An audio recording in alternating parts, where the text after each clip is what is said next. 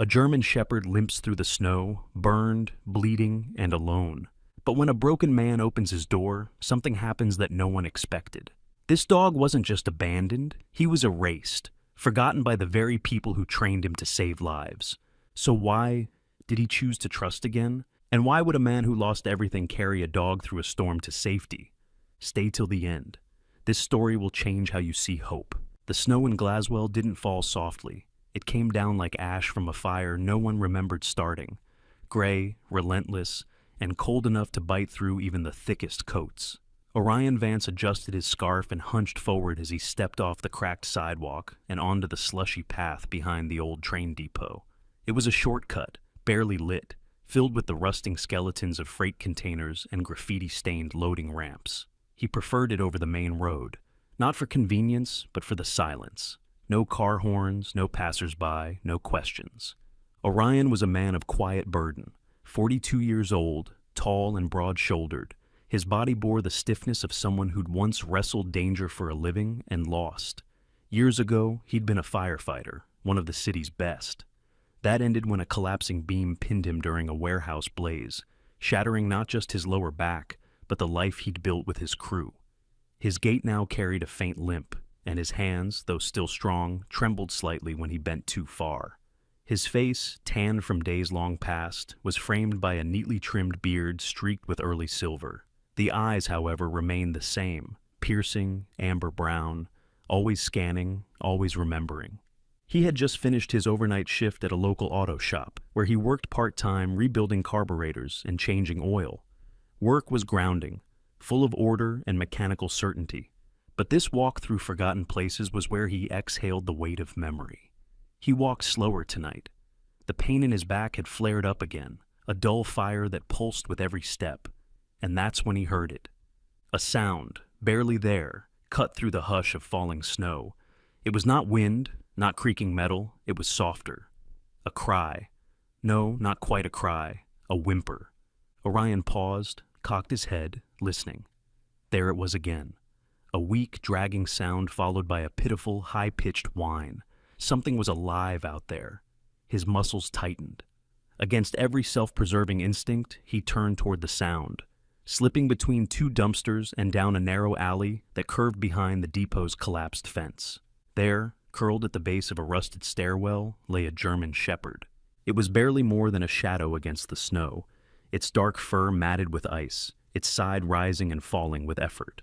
One of its hind legs was twisted beneath its body at an unnatural angle.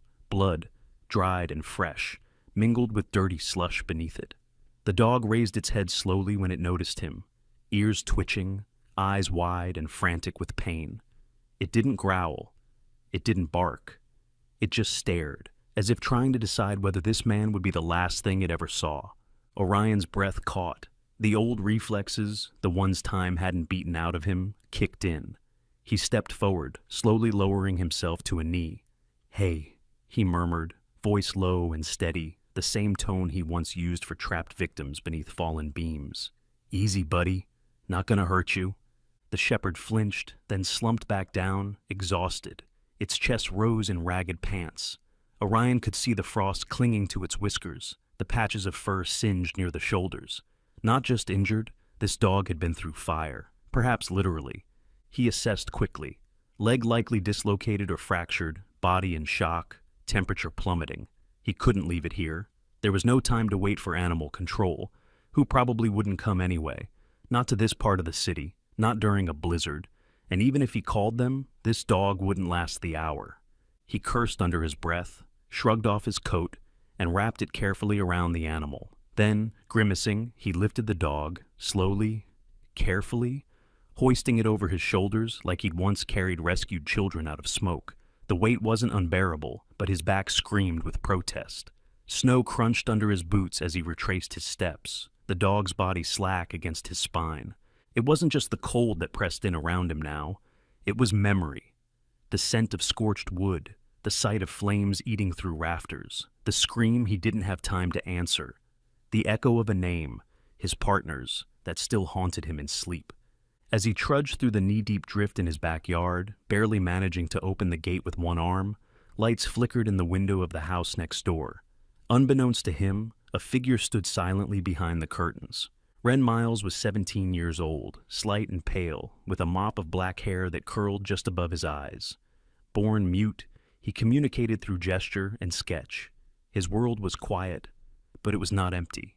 From his second-story window, Ren had watched Orion for months, watched him leave in the evenings, return in the mornings, always alone, always with shoulders hunched under weight no one else could see. And now, for the first time, Ren saw something different. The man had someone or something on his back. A dog, wounded, limp, but clinging to life. Ren's fingers reached for his sketchbook without thought. Charcoal met paper, and slowly a scene began to take form. A man in the storm, carrying a broken dog like a soldier returning from war. Orion reached his front porch and lowered the shepherd gently onto a stack of old towels by the door. The porch light flickered above them. "You're a mess," he muttered to the dog, who was barely conscious. "But you held on." He opened the door and carried the dog inside. Warmth hit them like a wave. The living room was modest. Worn couch, patched carpet, a wood-burning stove glowing dim in the corner. Orion laid the dog down by the stove, stoked the fire higher, and reached for a first aid kit he kept on a shelf by the wall. He'd meant it for himself, mostly. Life alone demanded it. But now, it had a higher purpose.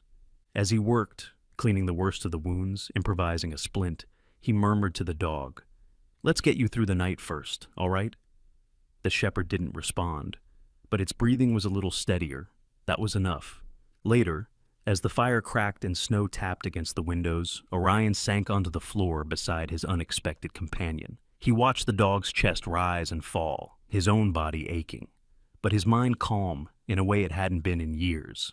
For the first time since the fire that ended everything, Orion Vance wasn't alone, and across the street behind a fogged-up window, Ren Miles shaded the last line of his sketch and wrote, in a small, careful script beneath the drawing, "Heroes don't always wear badges. Sometimes they carry what's broken home."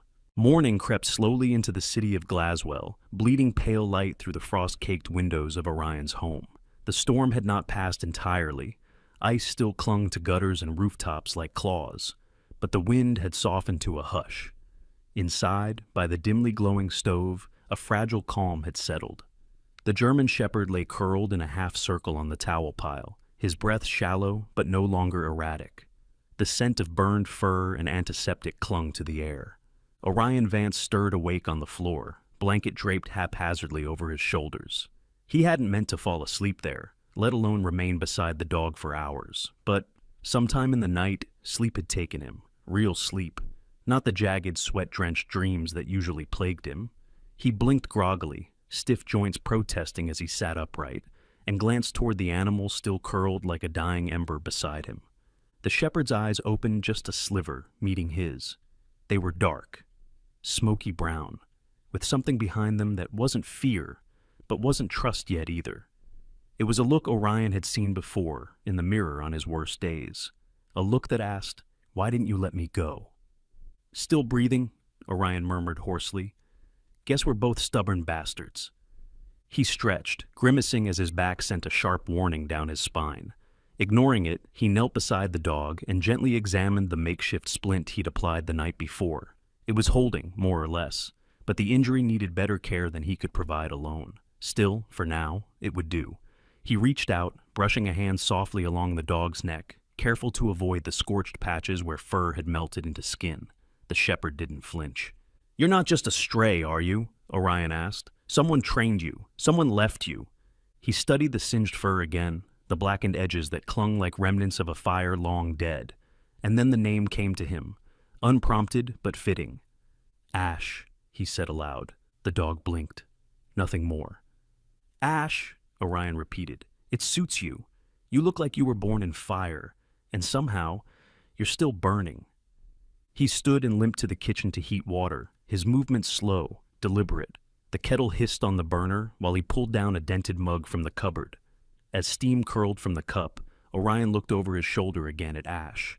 The dog had lifted his head, just barely, and rested it on his front paws. He still wasn't moving much, but he was watching now. That was a start. The quiet was interrupted by 3 soft knocks on the front door. Orion froze, mug in hand. Few people visited him, and none unannounced. He set the cup down and moved to the door, cracking it open cautiously.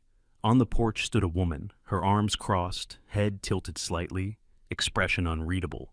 June Miles, from next door. She was difficult to miss. Early 30s, lean with long limbs and an air of practiced defiance. Her dyed violet hair was piled in a messy bun atop her head, with 2 silver piercings glinting from her left brow. She wore an oversized camouflage jacket that hung open to reveal a worn band tee, leggings with paint smudges, and heavy boots that crunched faintly against the porch's frost. In one hand, she held a small paper bag. "Morning," she said, her voice husky and low, like someone who'd smoked for years and then quit but kept the tone. "Didn't mean to barge in, but you bled a trail home last night." Orion blinked. "You saw that?" She shrugged, unfazed. "I see more than people think. Thought maybe you got mugged, or worse." Her eyes shifted past him, glimpsing the motionless form near the stove. "But I guess not worse. Just different." Orion stepped aside a fraction, the door still half blocking his frame. "It's not what it looks like." "Looks like you found a dying dog and dragged him out of the snow," June said. "Which is a hell of a thing, honestly." She extended the bag, brought gauze, antiseptic, and some dog-safe antibiotics, used to foster rescues back when the shelter was open. He accepted the bag, stunned by the gesture. "Thanks." "Don't mention it," she replied, then hesitated before turning to go. "Just so you know, they count too. The ones with 4 legs. They're not less than us. Not by a long shot." Orion didn't answer. She didn't seem to expect him to. She descended the steps and disappeared into the fog-shaded sidewalk as quickly as she had arrived. He closed the door and stared at the bag in his hands for a moment longer before bringing it to the table and unpacking its contents. Everything was clean, carefully wrapped.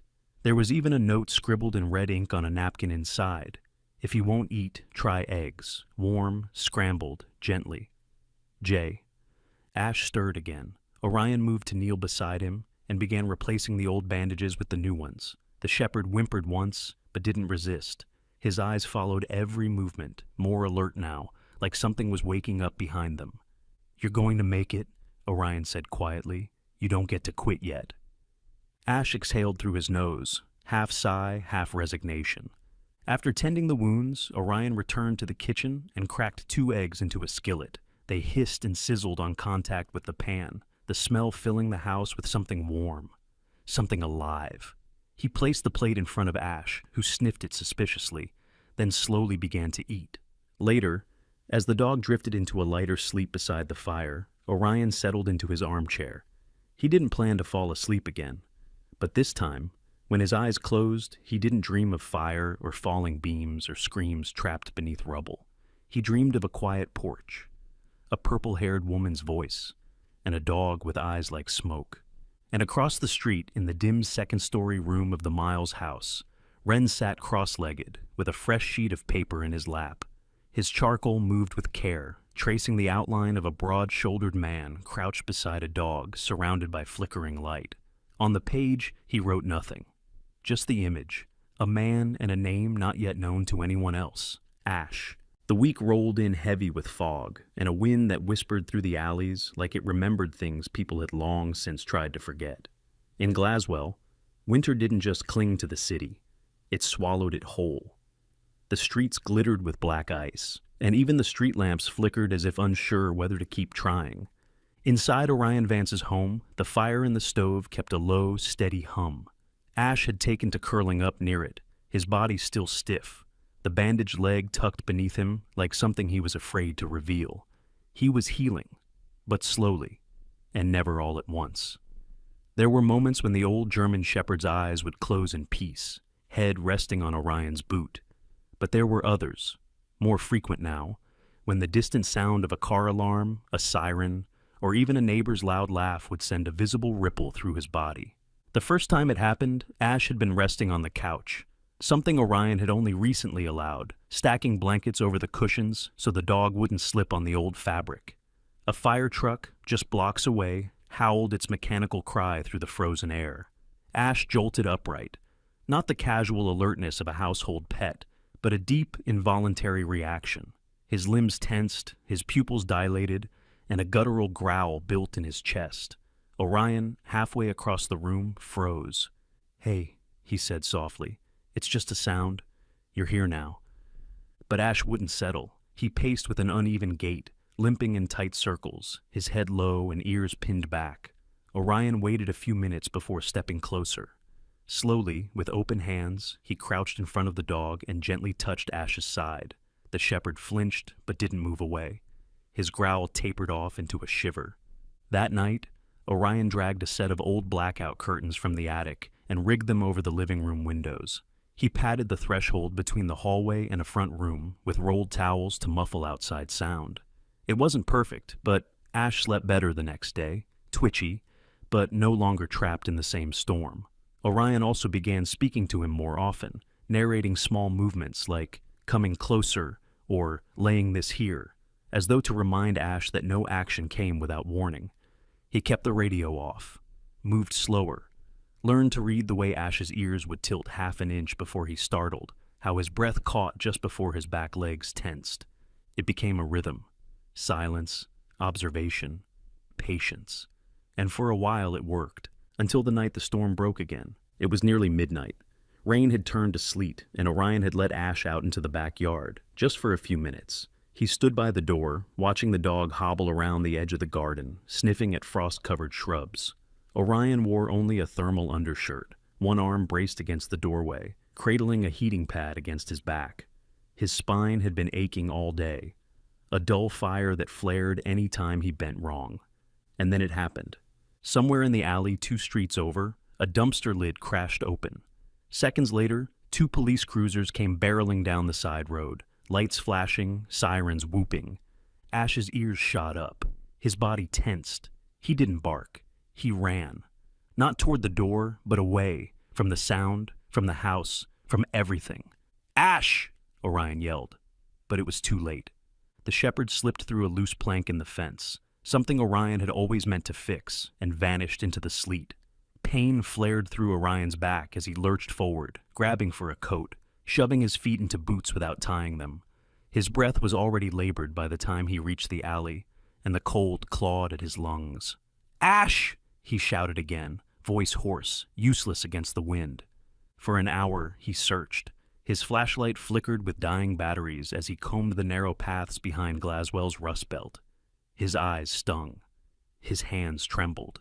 Just when despair began sinking in, he heard it, barely a whisper under the sound of ice hitting metal.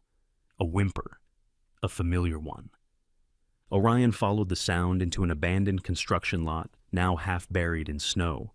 Ash was there, curled beneath the collapsed frame of a concrete mixer, panting, trembling violently. His injured leg had twisted again, and mud clung to his side. Orion sank to his knees, heart hammering. "God damn it, Ash," he whispered, voice thick. "You can't do that to me." Ash blinked slowly. His body was too cold to protest when Orion leaned in and gently lifted him, arms under his chest and haunches, pulling the full weight across his shoulder. The pain in his spine returned with a vengeance, but he gritted his teeth and pressed on. He made it back, step by staggering step. His vision blurred twice. At the back gate, his knees buckled, and they both went down. But Orion didn't let go. He crawled the last 20 feet into the house, dragging Ash inside on a flattened plastic sled from the garage.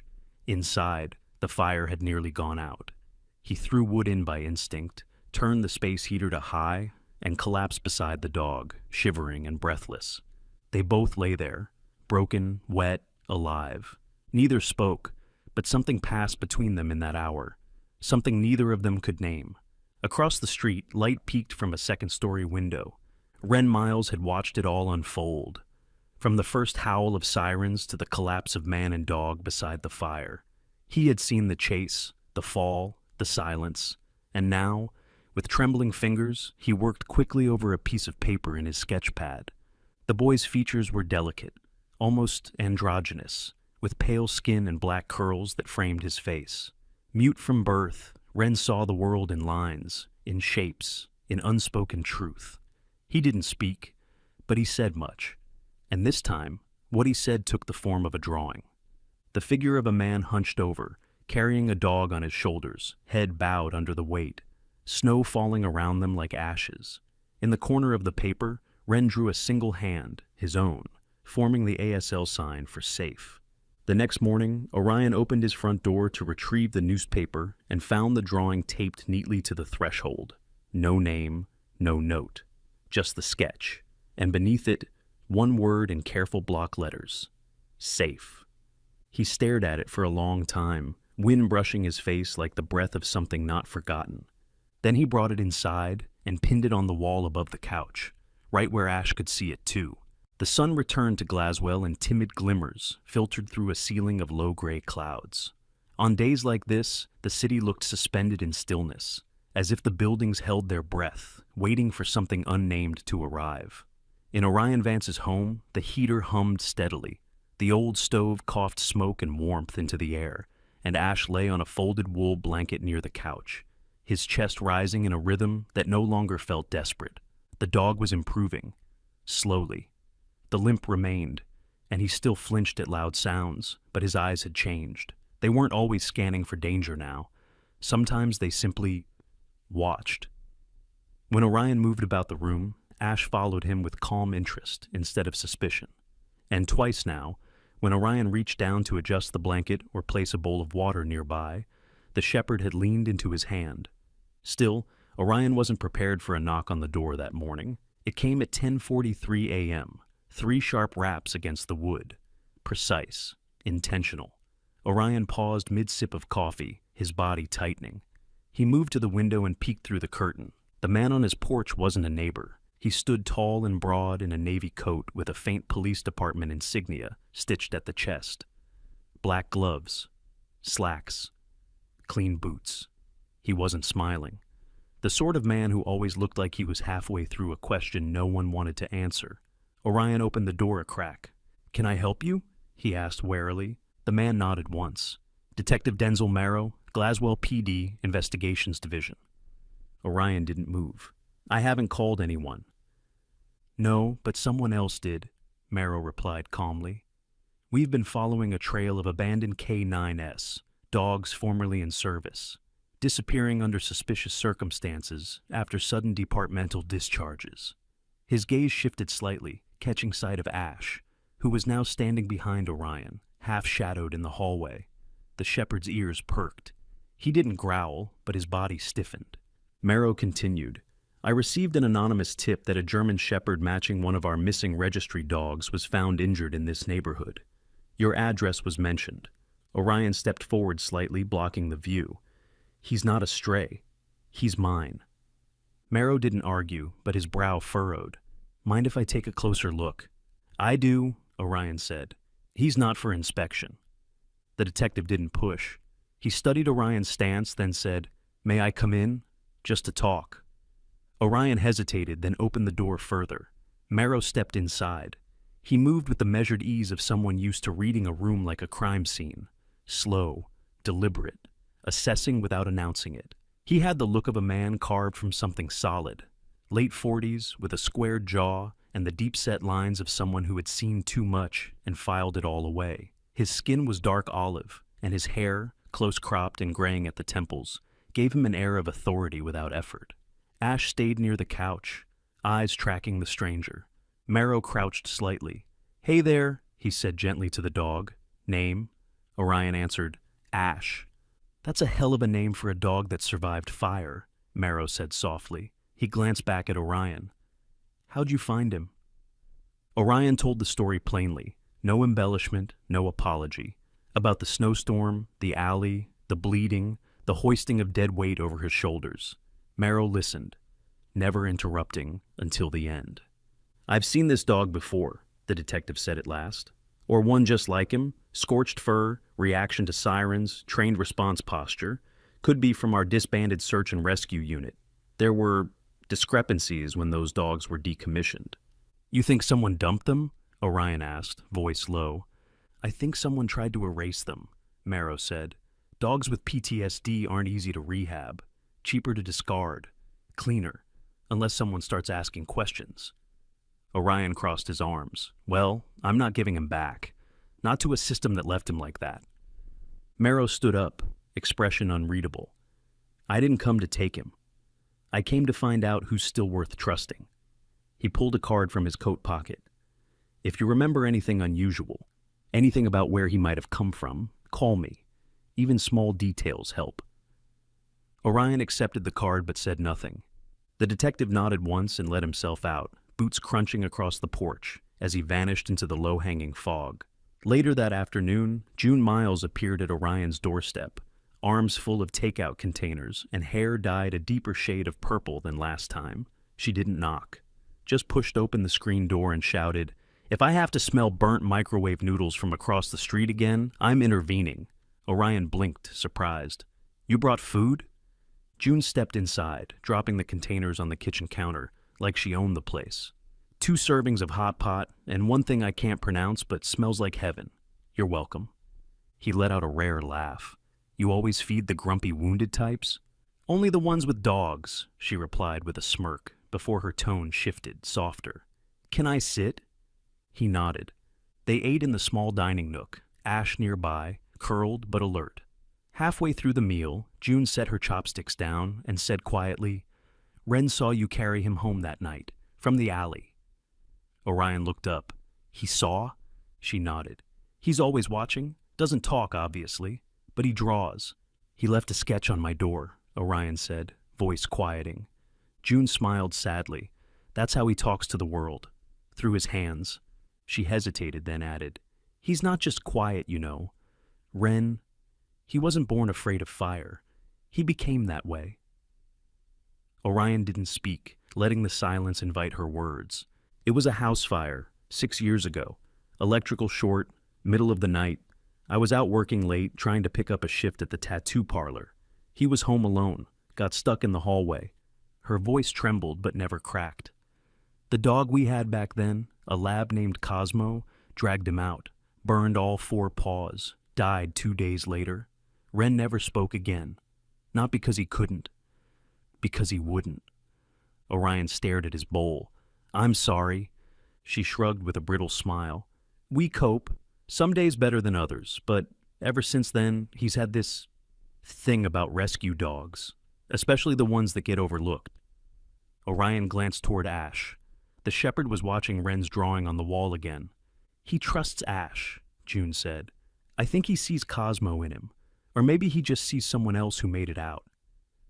They finished eating in the kind of quiet that feels full, not hollow. When June finally rose to leave, she paused at the door. "You're doing good by him," she said. "Ash, I mean. Most people wouldn't even have stopped in that alley." Orion gave a faint nod. "I didn't stop. I carried him home." June smiled. Same difference. She left, leaving the house quiet once more. Outside, the fog rolled back in over Glaswell, like smoke returning to an old flame. Inside, Ash lifted his head slightly, nudging Orion's hand as he passed. Neither of them said a word, but both of them knew what it meant. The days in Glaswell blurred into one another, like the slow melt of frost across a windshield, never fast enough to change what was underneath. In the warm hush of Orion's living room, Ash had begun to breathe deeper, sleep longer. His gait, while still uneven, had gained strength, and he now followed Orion from room to room like a quiet shadow. The shepherd was no longer just recovering. He was remembering, and so was Orion. That morning began like any other. Coffee in a dented blue mug, stale cereal, the radio off. Orion didn't need noise. His thoughts were enough. Ash lay by the stove, front paws crossed, eyes half closed but alert. Orion reached into the kitchen drawer for a lighter to relight the stove's pilot. The small device clicked twice before the flame sparked to life with a soft whoosh. In a blur of motion, Ash leapt. It happened so quickly, Orion didn't have time to react. 1 second, the dog was lying peacefully, and the next, he was between Orion and the flame, body rigid, mouth drawn back in a silent snarl. Not aggression, but warning. Protective, instinctual. His body blocked the flame, muscles taut, as if bracing for an explosion that never came. Orion froze, stunned. "Ash," he whispered, slowly lowering the lighter. "It's okay. It's just me." Ash stood motionless for a heartbeat longer, then blinked as if waking from a nightmare. His stance softened. He turned and backed away, ears flicking with confusion. Orion knelt slowly, ignoring the ache in his knees, and reached out. Ash pressed his head into Orion's chest with a trembling exhale. That's when Orion knew. Not just suspected, knew. Ash wasn't just a working dog. He was trained, specialized, and not just for search and rescue. This was fire response conditioning. Flame-reactive protective stance, no hesitation. A trait only instilled in the highest trained K9 units, the kind Orion had once served beside. He rose and disappeared into the hallway, emerging a moment later with a faded metal lockbox. The key rattled in his fingers as he unlocked it and lifted the lid.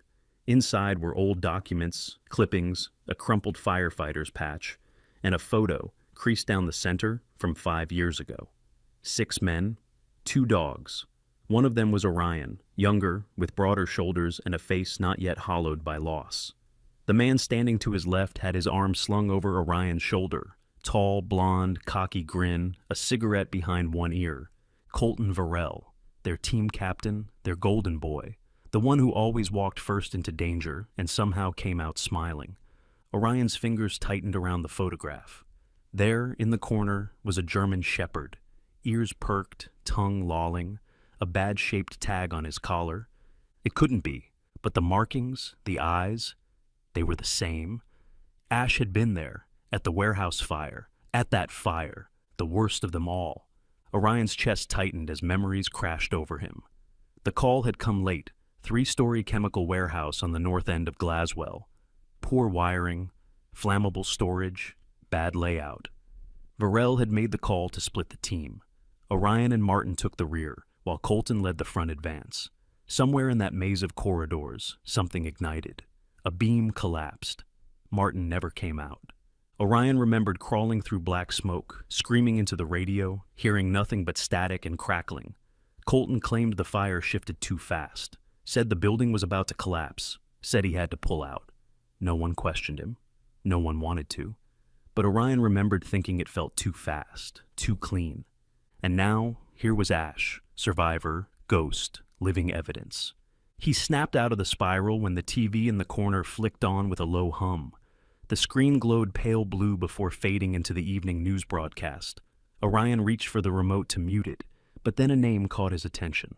Colton Varel, former captain of the Glaswell Emergency Response Unit, now head of operations at Tear Shield Solutions, a private fire mitigation firm.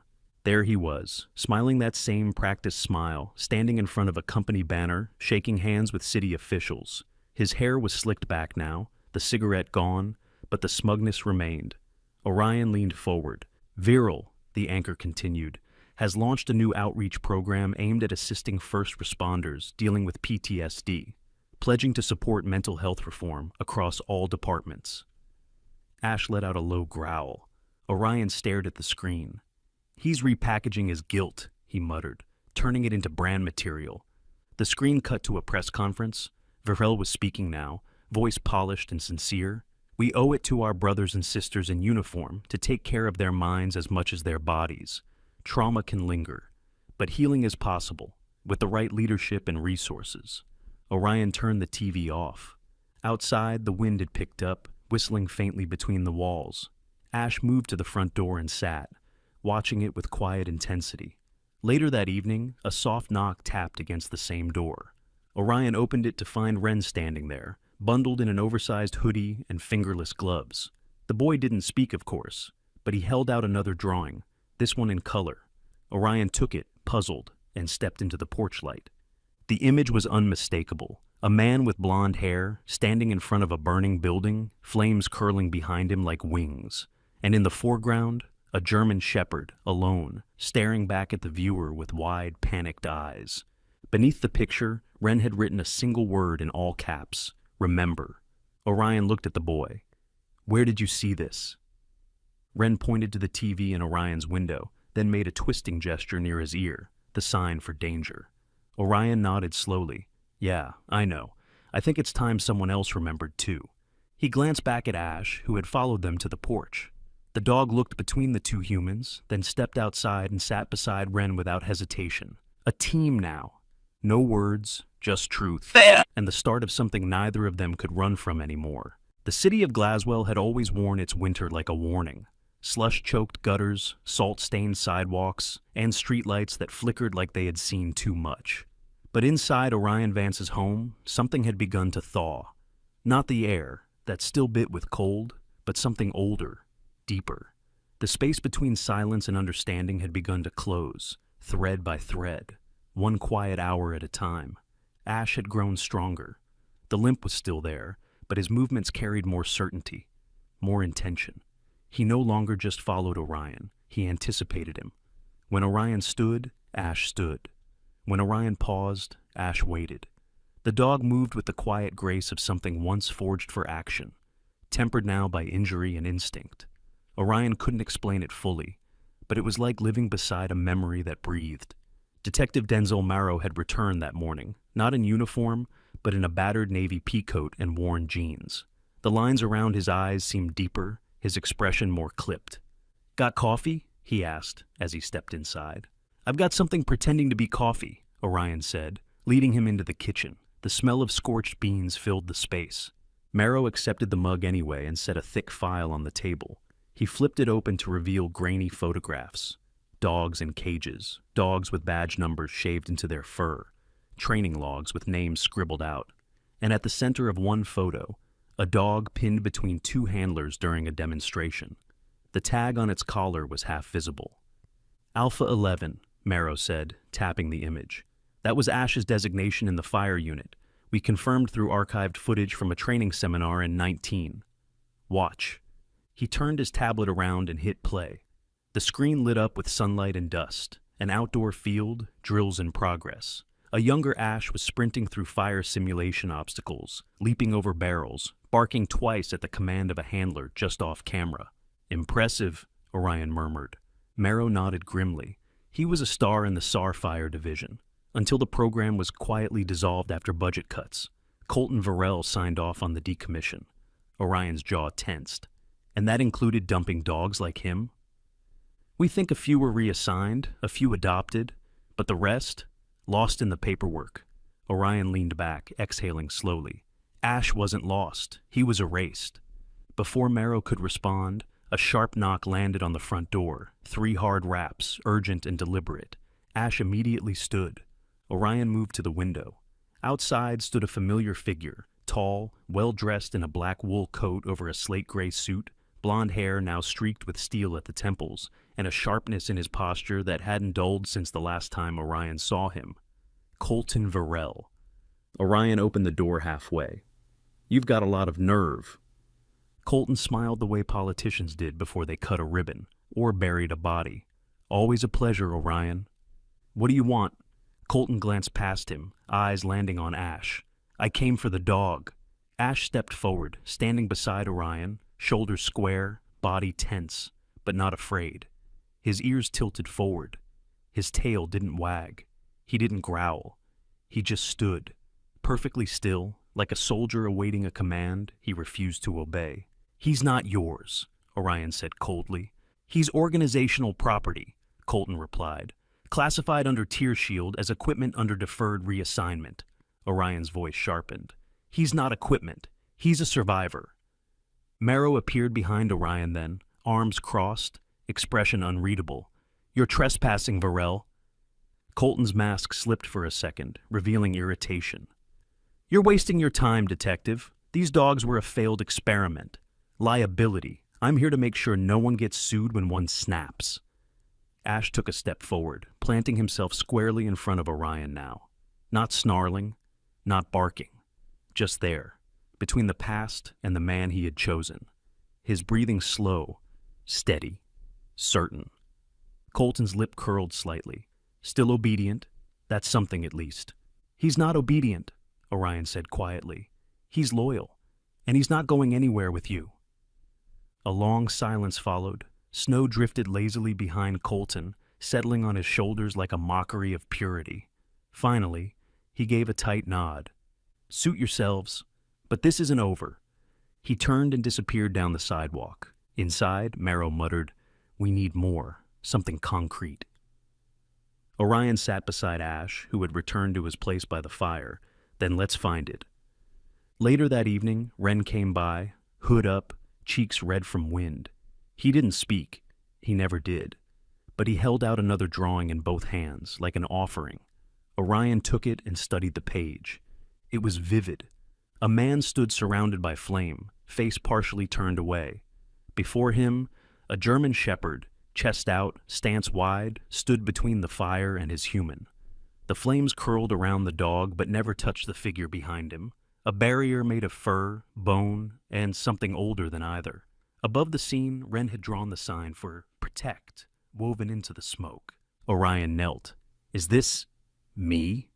Wren nodded once, then he pointed at the fire, then at Ash, then at Orion. June arrived minutes later, coat flapping behind her like a cape made of rebellion and coffee-stained denim.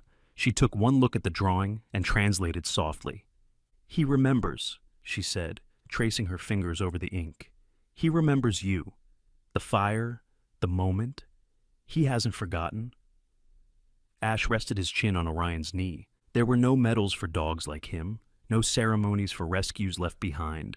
But in that moment, Orion knew what Ash had chosen, again and again. Not duty, not obedience, home. It was a bitter morning in Glaswell, colder than the days before, with frost clinging to the windows like regret. Orion Vance sat at the edge of his kitchen table, a half-drunk mug of black coffee cooling beside him, hands still wrapped in gauze from splinters sustained fixing the broken backyard fence. Ash lay nearby, his body sprawled on the old rug, eyes open, ears twitching with the occasional gust of wind outside. The dog hadn't left Orion's side since the encounter with Colton. His loyalty had taken on something deeper now. Not training, not habit, something like belief. Orion had made his decision. It was time to stop hiding. "We take it public," he had told Marrow the night before. "No more quiet files, no more dead ends." Marrow, standing by the fire in the dim orange glow, had nodded slowly. "Then, we do this the hard way." They began gathering everything they could. Call logs from the SAR fire unit, internal memos, Colton's signatures on decommission forms, and training documentation that identified dogs by designations, not names. Ash had once been Alpha 11, a title, not an identity. Orion knew better now. That afternoon, they took Ash to the municipal vet under police escort for a full exam. The building was stark and sterile, housed in an administrative annex behind the Glaswell courthouse, its hallways filled with echoes and the sharp scent of disinfectant. The woman who greeted them introduced herself as Dr. Penelope Graves, mid-40s, crisp lab coat, hair coiled into a no-nonsense bun. Her voice was even, methodical, with a trace of sympathy behind her sharpness. She had a way of observing both humans and animals like they were under the same microscope. Ash eyed her warily, but didn't resist when Orion led him into the examination room. The overhead lights flickered faintly as Dr. Graves ran her scanner along his shoulder and side. Nothing. She tried again. Still nothing. "Is the chip gone?" Orion asked. She tilted the scanner, and finally the device gave a faint beep. Graves frowned. "It's there. Barely. Damaged. Probably from extreme heat, likely the fire you mentioned. The casing's cracked and the serial numbers partially corroded. But we can extract part of the ID." Marrow looked up. "Can you prove it matches the missing K9 log?" "Not definitively," she replied, "but it's strong circumstantial evidence. The placement, the breed, the training behaviors. I'll write a statement for the court." Ash sat calmly the entire time, flinching only when the cold sensor touched his neck. But when Orion reached out, Ash pressed his head into his palm. His body language said what no paperwork ever could. "I know who I belong to now." Outside the building, the wind had picked up again. Orion zipped his jacket and paused beside Marrow, who stood still, watching the horizon like he was waiting for something to appear from it. "I wasn't always a detective," Marrow said suddenly. "I used to be a handler. Military, before the force. Had a dog named Roach, Belgian Malinois, not as big as Ash, but sharper than most humans I knew." Orion looked over, surprised by the softness in the man's tone. "We did 3 deployments together. Survived all of them.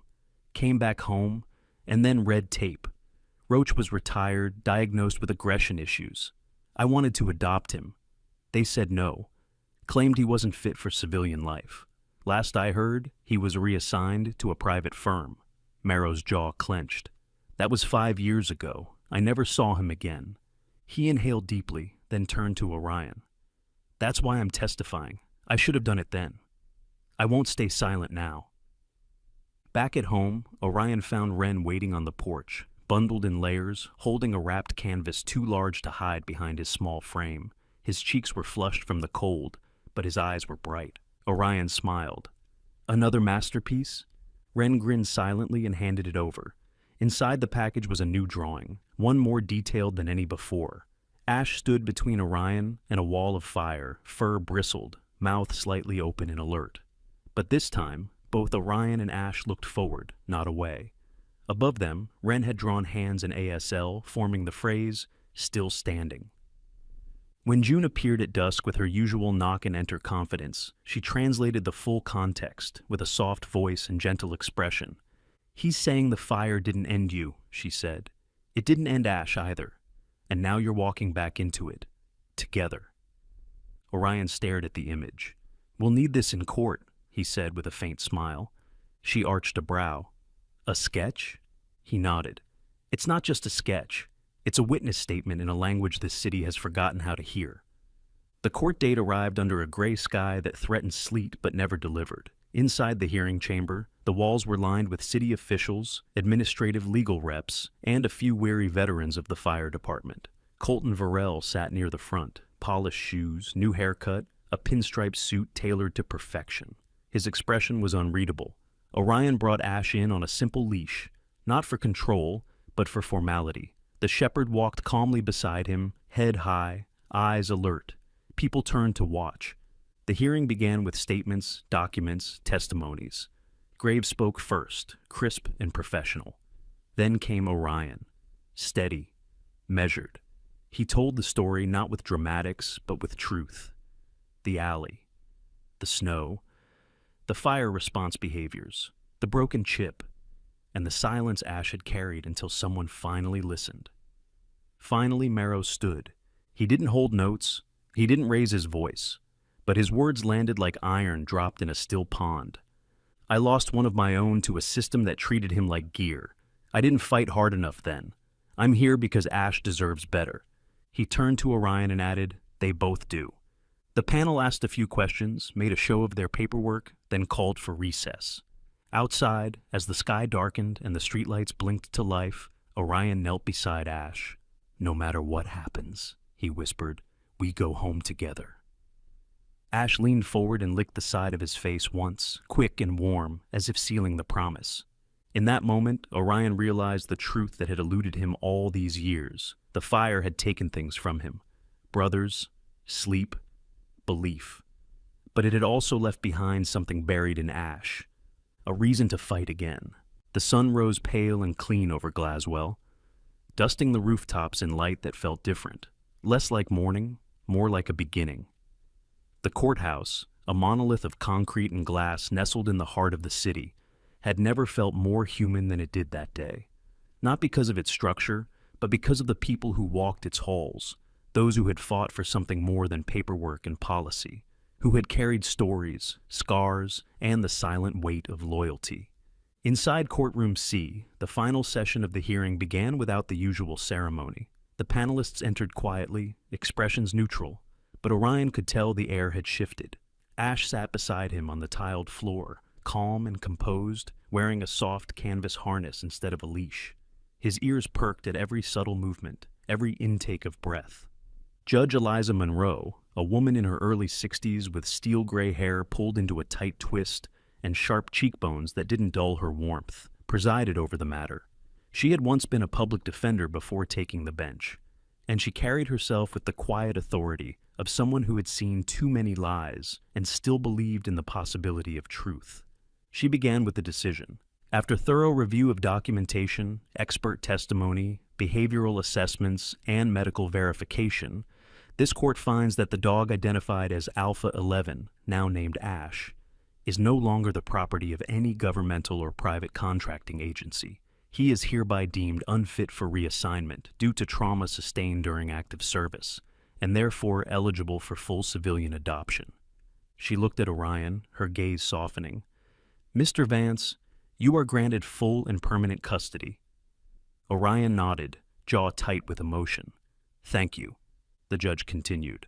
"Furthermore, this court acknowledges the pending internal investigation into the termination practices of the SAR Fire K-9 unit under the direction of Mr. Colton Varel, whose conduct during the period in question has been called into serious doubt."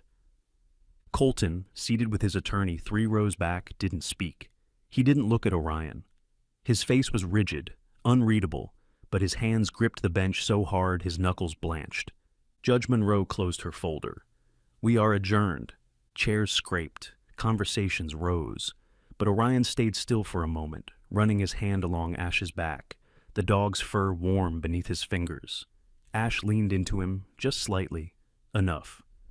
Outside, the wind had lost its bite. Snow clung only to the corners of buildings and rooftops now, like winter itself was retreating. They returned to the neighborhood that had become their battleground and sanctuary, parking in the narrow driveway beside Orion's modest one-story house. The porch light flickered like always. The wind chime clinked once, then stilled. And from the Miles' side of the street, the front door opened. June stepped out first, scarf tossed over her shoulder, red lipstick bold against the dullness of the sky. She waved and grinned. "So, am I looking at a legal family man now?" Orion smiled. "You are." Behind her, Wren emerged, no hoodie this time. He wore a navy pea coat, 2 buttons undone, a woolen scarf wrapped with careful precision. His hands were tucked into his pockets, but his eyes were bright with anticipation. He took a step forward, then 2, and crossed the street without hesitation. When he stopped in front of Orion, he pulled his hands out and formed the sign slowly, deliberately. He is family. It was the first time he had ever signed in public. A pause. Then Orion mirrored the movement, clumsily but with feeling. "So are we." Wren's face lit up. His hands shot up again. Excited movements now. Something about home, about a drawing, about hot chocolate. June translated between bursts of laughter, and Orion listened, absorbing each word with the weight it deserved. Ash stood between them, tail wagging. Not wildly, but steadily, confidently, as if even he knew the world had tilted in their favor. That afternoon, the 4 of them walked down to the river. It wasn't far, a short drive to the outskirts of town, where the Glaswell River lay frozen under a sheet of brittle silver. Tall trees, leafless and stark, lined the banks, casting long shadows across the cracked surface. Birds called from bare branches, their voices clear and hopeful. Wren carried his sketchbook in a sling bag, fingers tapping against it in rhythm. June had brought a thermos of coffee for herself and cocoa for Wren. Orion carried nothing but his coat and a quiet sense of peace. Ash, once limping and unsure, now trotted ahead freely, stopping occasionally to sniff the frozen air or press his nose to the riverbank before bounding forward again. But always, after every few steps, he turned around, just to make sure Orion was still behind him. Orion watched him go, watched him return, watched the weight fall away from the shepherd's shoulders like soot blown from an old roof. "He always checks back," June said softly, "like he's afraid you'll disappear if he doesn't." Orion kept his eyes on Ash. "It's not fear, it's faith." Wren had stopped by the water's edge, crouching low to trace something with his glove in the thin frost. When Orion walked closer, he saw the outline of 4 figures etched into the ice. A man, a dog, a woman with wind-blown hair, and a boy holding a sketchbook. Orion looked over at Wren, who simply smiled. As the sun dipped lower, they stood together at the edge of the frozen river. 4 survivors, none of whom had chosen their scars, but all of whom had chosen each other. Ash paused near the middle of the clearing, then sat and lifted his head toward the fading light, as if scenting the end of a storm no longer chasing him.